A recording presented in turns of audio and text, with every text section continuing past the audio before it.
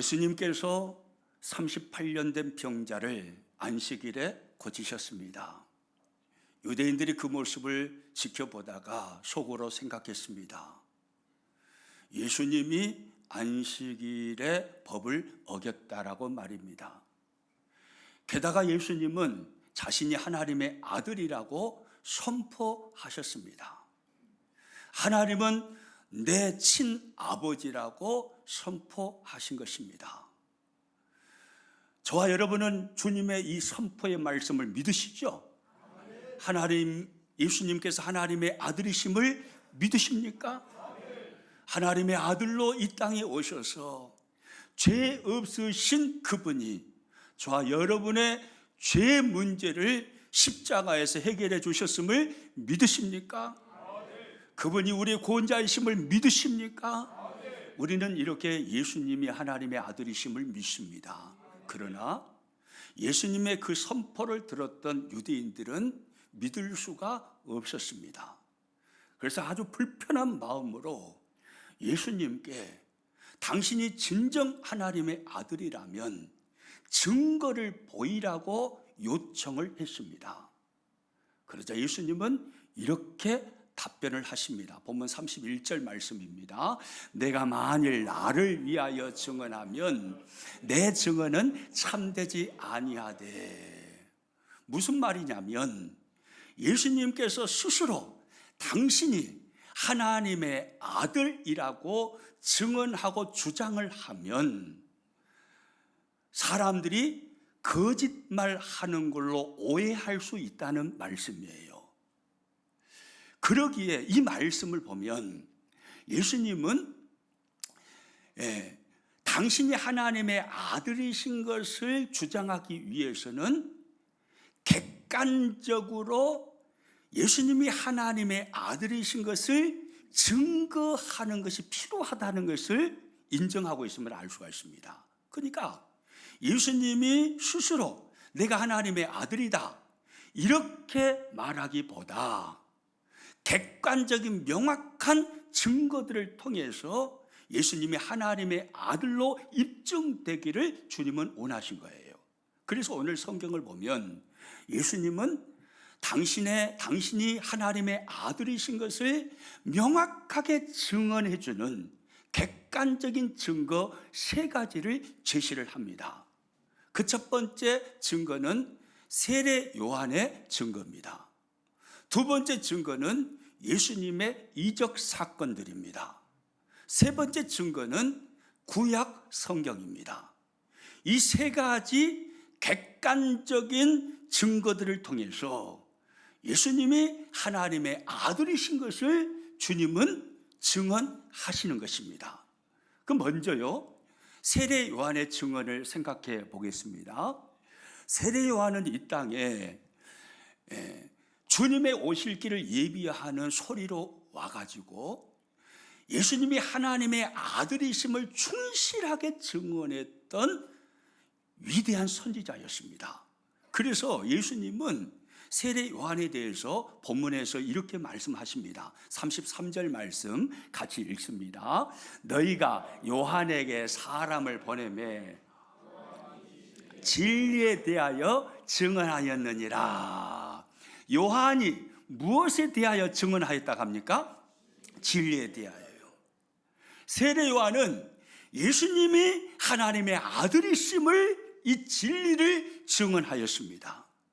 예수님이 하나님의 아들이심을 증언하고 자신은 소리가 되어서 사라지기를 원했습니다. 무대 위에 남아있기를 원치 않았습니다. 그래서 세례 요한은 무대 위에서 사라졌습니다. 세례 요한의 증언을 듣고 경건한 많은 사람들이 예수님께 나왔습니다. 그리고 예수님을 하나님의 아들로 믿었습니다. 그리고 그들은 예수님에게서 하나님의 영광을 보았습니다. 그러나 모든 사람들이 그러한 것은 아니었습니다. 그 중에 수많은 사람들은 세례 요한의 증언을 들었음에도 불구하고 예수님을 하나님의 아들로 인정하지 않았습니다. 고개를 저었습니다. 예수님을 믿지 않았습니다. 그래서 하나님은 믿지 않는 그들을 향하여서 예수님이 하나님의 아들이시다라는 더 큰 증거를 보여주십니다. 오늘 본문 36절 말씀이죠. 36절 말씀 같이 읽습니다. 내게는 요한의 증거보다 더 큰 증거가 있으니 아버지께서 내게 주사 이루게 하시는 역사, 곧 내가 하는 그 역사가 아버지께서 나를 보내신 것을 나를 위하여 증언하는 것이요. 주님 말씀하십니다. 내게는 요한의 증거보다 더 큰 증거가 있으니 아버지께서 내게 주사 이루게 하시는 뭐라고요? 역사라고요. 그러니까 세례 요한의 증언을 들었음에도 불구하고 예수님이 하나님의 아들 되심을 부인하는 수많은 사람들에게 하나님은 더 큰 증거를 보여주셨습니다. 그것은 예수님에게서 일어나는 수많은 이적 사건들이었습니다. 여러분, 신약성경 복음서를 보시면 예수님께서 수많은 이적을 행하셨음을 우리는 보게 됩니다. 공생의 사역 중에 예수님은 수많은 기적의 사건들, 수많은 이적을 행하셨습니다. 사도 요한은 그렇게 말합니다. 예수님께서 행하신 그 수많은 일들, 이적, 기적들을 책에 기록한다면 세상에 쌓아둘 곳이 없을 정도로 많은 것을 기록할 수 있다라고 사도 요한은 말했습니다. 예수님은 이 땅에 공생의 사역을 하면서 수많은 기적과 수많은 이적을 행하신 것입니다. 왜 예수님은 그 많은 이적을 행하셨을까요? 그것은 예수님 당신이 하나님이 보내신 하나님의 아들이라는 사실을 그 수많은 이적을 통해서 보여주기를 원하신 것입니다. 내가 바로 하나님의 아들이다. 내가 바로 구약에 예언되어 있는 메시아다. 내가 바로 구원자다. 나를 통해서만 천국문이 열린다. 예수님은 그 사실을 명확하게 보여주시기 위해서 수많은 이적들을 행하신 것입니다. 바꿔 말하면 성부 하나님께서는 수많은 사람들에게 예수님이 하나님의 아들 되심을 확신시켜 주시기 위해서 예수님에게 초자연적인 역사를 이루게 하심으로 주님을 통해서 이적의 사건들이 일어나게 하셨다 이 말이에요. 무슨 말인지 이해가 되십니까? 그러므로 예수님께서 신약 복음서에서 행하신 수많은 이적들은 물론 그들을 긍휼히 여기시고 사랑하신 것도 있습니다. 그러나 더 깊은 의미는 예수님이 하나님의 아들이시라는 사실, 예수님이 구원자시라는 사실, 예수님이 메시아라는 사실을 그 이적들을 통해서 보여주신 것입니다. 성경에는요, 예수님의 수많은 이적이 나옵니다. 예수님이 행하신 이적이요, 말로 다 할 수 없을 정도로 많았습니다. 그 중에 사도 요한은 특별히 예수님께서 행하신 수많은 이적들 중에서 예수님이 하나님의 아들이시라는 것을 명확하게 증거할 수 있는 이적들 몇 가지를 추려서 요한복음에 기록해 놓았습니다. 물을 포도주로 바꾸시는 이적을 주님이 행하셨습니다. 요한복음 2장이죠. 왕의 신하의 아들이 죽을 병에 걸렸습니다. 거리는 멀리 떨어져 있습니다. 그런데 예수님께서 멀리 떨어져 있는 죽을 병을 앓고 있는 왕의 신하의 아들을 고치십니다. 이적이죠. 요한복음 4장 말씀입니다. 38년 동안 단 한 번도 걸어본 적이 없습니다. 그런데 주님은 한마디 말씀으로 그를 일으켜 세우셨고 걷게 하셨습니다. 놀라운 이적이죠. 요한복음 5장입니다. 장정, 남자 장정만 5,000명입니다. 여인과 어린아이를 포함하면 좋기 15,000명은 되었을 것입니다. 그런데 그들이 먹을 것이 없었습니다. 있는 것이라고는 어린아이 도시락 하나, 보리떡 5개와 물고기 2마리 뿐이었습니다. 그런데 우리 주님은 그 보리떡 5개와 물고기 2마리 같은 어린아이 도시락 하나로 15,000명이나 되는 수많은 사람들을 배불리 먹이시고 12바구니를 남기셨습니다. 놀라운 이적이죠. 요한복음 6장의 말씀입니다. 죽은 지 나흘이 되었습니다. 썩는 냄새가 펄펄 납니다. 그런데 그 죽은 사람 나사로를 예수님은 나사로야 나오너라 말씀 한마디로 살리시고 그가 나오도록 하셨습니다. 놀라운 이적이죠. 요한복음 11장입니다. 예수님께서 십자가에 죽으셨습니다. 무덤에 묻히셨습니다. 그러나 거기서 끝나지 않으셨습니다. 주님은 죽은 자 가운데서 3일 만에 다시 부활하여 살아나셨습니다. 놀라운 이적이죠. 요한복음 20장과 21장입니다. 예수님이 수많은 이적을 성경에 행하셨습니다. 이적을 행하신 이유가 뭡니까? 그분이 하나님의 아들이심을 증거하시기 위함이었던 거예요. 하나님의 아들이신 것을 이 증거, 이적의 기사들을 보고 믿으라는 거예요. 이분이 바로 메시아다. 이분이 구원자다. 이분이 바로 구약에 약속되어 있는 하나님의 아들이시다. 이적을 통해서 믿으라는 것입니다. 그러나 많은 사람들은 그걸 보면서도 믿지 않았습니다. 이렇게요, 성경은요, 예수님께서 하나님의 아들이시라는 명확한 객관적인 증거들을 말씀합니다.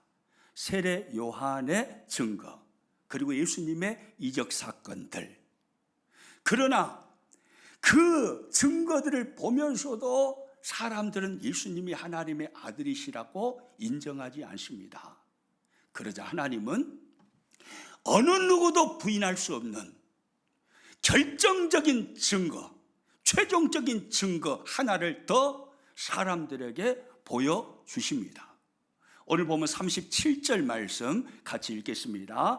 또한 나를 보내신 아버지께서 친히 나를 위하여 증언하셨느니라. 주님 말씀하십니다. 나를 보내신 아버지께서 친히 나를 위하여 뭐 하셨다고요? 증언하셨다고요.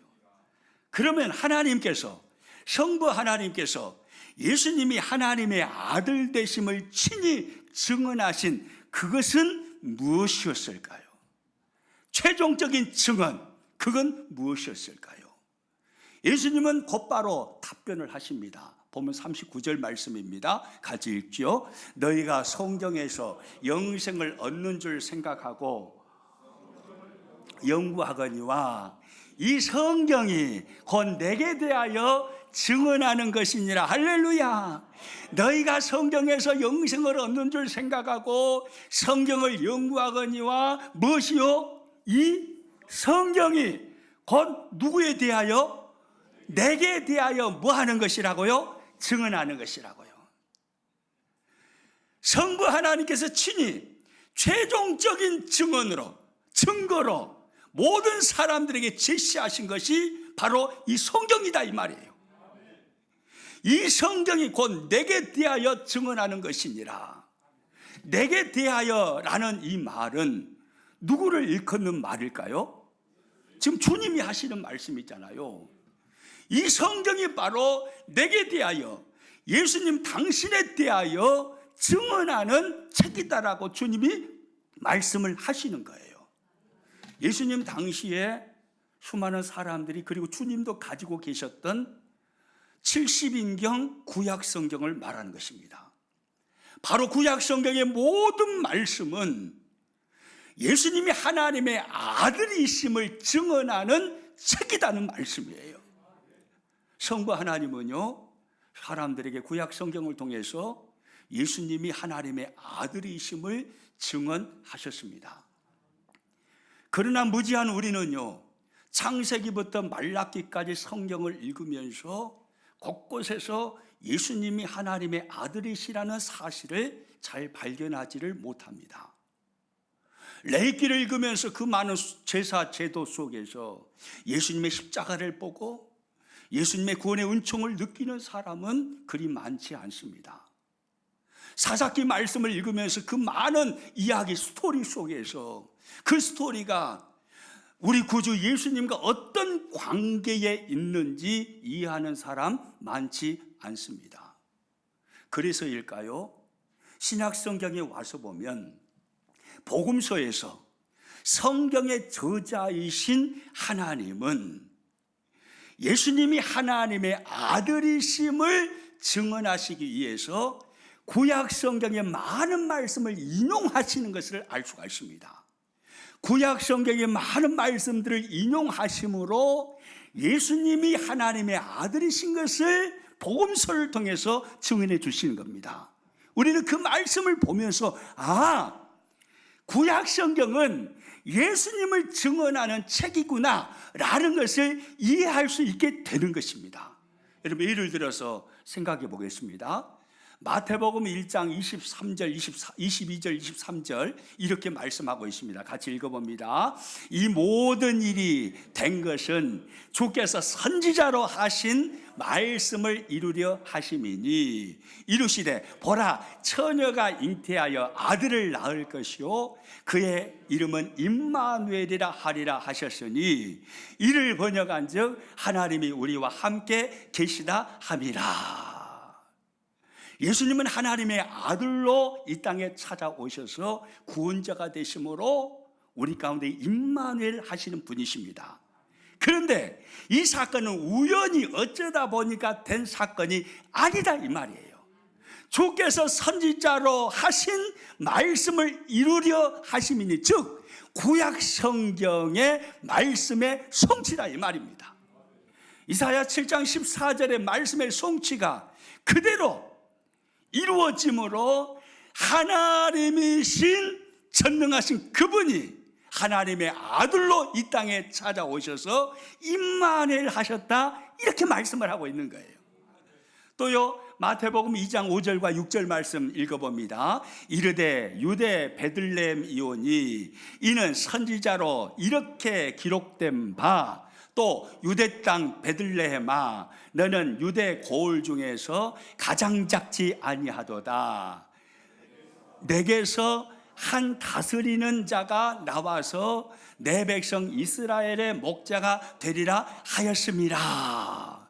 예수님께서 베들레헴에 태어나시는 이야기입니다. 하나님의 아들이신 그분이 베들레헴이라는 작은 고을에서 탄생하십니다. 그러나 그것은 우연히 된 것이 아니다 이 말이에요. 하나님의 아들이 어디서 탄생하실 것인가에 대해서 이미 선지자로 이렇게 기록된 바 선지자가 기록해 놓았다 이 말이에요. 그 기록한 선지자의 말씀이 성취된 것이 바로 예수님께서 신약시대에 베들레헴에 탄생하신 것이다 라고 성경의 저자이신 하나님이 마태복음 2장 5절과 6절에서 기록하고 있는 것입니다. 미가서 5장 2절 말씀의 성취입니다. 또 한 구절만 볼까요? 마태복음 21장 4절과 5절 말씀 같이 읽어봅니다. 이는 선지자를 통하여 하신 말씀을 이루려 하심이라. 일러스되 시온 딸에게 이르기를 내 왕이 내게 임하나니 그는 겸손하여 나귀 곧 멍에 매는 짐승의 새끼를 타도다 하라 하였느니라. 무슨 말씀인지 잘 알고 계시죠? 예수님께서 예루살렘에 입성하실 때 겸손하여 나귀 새끼를 타고 예루살렘에 입성하셨다라는 이야기입니다. 성경은 이 말씀을 하면서 성경의 저자이신 하나님은 이 사건은 우연히 일어난 것이 아니다. 하나님의 아들이신 메시아가 구약 선지자의 예언대로 그렇게 예루살렘에 나귀 새끼를 타고 하나님의 아들이신 주님이 찾아오신 것이다. 입성하신 것이다. 이렇게 말씀을 하고 있는 거예요.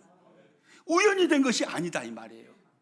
스가랴서 9장 9절 말씀이 그대로 성취되었다는 것을 말씀하고 있습니다.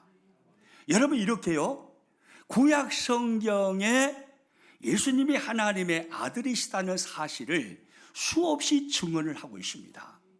그 증언된 말을 성경의 저자이신 성부 하나님께서 인용하여서 신약 성경에 기록해 놓았습니다. 우리는 그 기록들을 보면서 구약 성경은 예수님을 증언하는 책이구나 라는 것을 알 수가 있다 이 말이에요. 그러므로 누구든지 구약 성경을 보면, 구약 성경을 읽으면 구약 성경에서 누구를 만나야 합니까? 예수님을 만나야 된다 이 말이에요. 구약 성경 자체가 예수님이 하나님의 아들로 이 땅에 오신다는 것을 증언하고 있기 때문에 그 안에는 예수님이 충만한 책이다 이 말입니다. 그러므로 누구든지 구약 성경을 보면 예수님을 만날 수 있어야 되는 거예요. 아프리카 대륙을 횡단하며 선교했던요 리빙스턴이라는 선교사님 이름을 여러분은 들어보셨을 것입니다. 한 세기 전의 사람입니다. 이분은 아프리카 대륙을 성경 한 권을 들고 횡단을 합니다. 그리고 수많은 흑인들에게 성경을 가지고 복음을 전했습니다. 그래서 그 아프리카를 변화시킵니다. 새로운 문명을 아프리카에 세워버립니다. 위대한 선교사님이죠. 근데 이 리빙스턴 선교사님이요 가슴에 담고 있던 말씀 한 구절이 있었다고 그럽니다. 그 말씀은 마태복음 28장 20절이었습니다. 볼지어다 세상 끝날까지 내가 너희와 항상 함께 있으리라 하시니라. 아멘입니까? 따라서 합니다. 볼지어다 세상 끝날까지 내가 항상 너희와 함께 있으리라. 마태복음 28장 20절 이 말씀을요 리빙스턴 선교사님은요 언제나 가슴에 담고 살았습니다. 그 아프리카 대륙을 횡단하는데 얼마나 많은 어려움이 있었겠습니까? 수많은 역경, 수많은 고난, 피눈물 나는 환경들이 그에게 펼쳐졌습니다. 그때마다 그를 일으켜 세웠던 말씀은 마태복음 28장 20절이었다고 합니다. 마태복음 28장 20절을 대할 때마다 리빙스턴 선교사님은 주님의 음성으로 들은 것입니다. 그건 글자가 아니라 리빙스턴에게 말씀하시는 주님의 음성이었던 거예요. 볼지어다 리빙스턴아 내가 세상 끝날까지 내가 너와 함께 있을 거다. 걱정하지 마 리빙스턴 세상 끝날까지 내가 너와 함께 있을 거다. 어려움을 당할 때마다 마음속에 마태복음 28장 20절 말씀이 다시 되새김질 되어지는데 그 말씀이 되새김질 되어질 때마다 그 말씀은 리빙스턴에게 주님의 음성으로 들려온 것입니다. 리빙스턴아 걱정하지 마 내가 너와 함께 할 거다. 검은 대륙 아프리카를 횡단하는 중에 너가 얼마나 많은 어려움을 당하는지 잘 알아. 그러나 내가 너를 도와줄 거다. 내가 너와 함께 할 거다. 걱정하지 마. 주님의 음성으로요 이 말씀이 들려왔다고 그래요. 마지막 리빙스턴 선교사님이 운명을 하는데요 마지막 죽음의 순간에 리빙스턴 선교사님의 죽어있는 모습을 보니까 그 선교사님은 옆에 성경을 펴놓았는데 어디를 펴놓았는가 하고 봤더니 마태복음 28장 20절이었대요. 마태복음 28장 20절 말씀을 마지막 순간 묵상하고 주님의 품에 안긴 것입니다.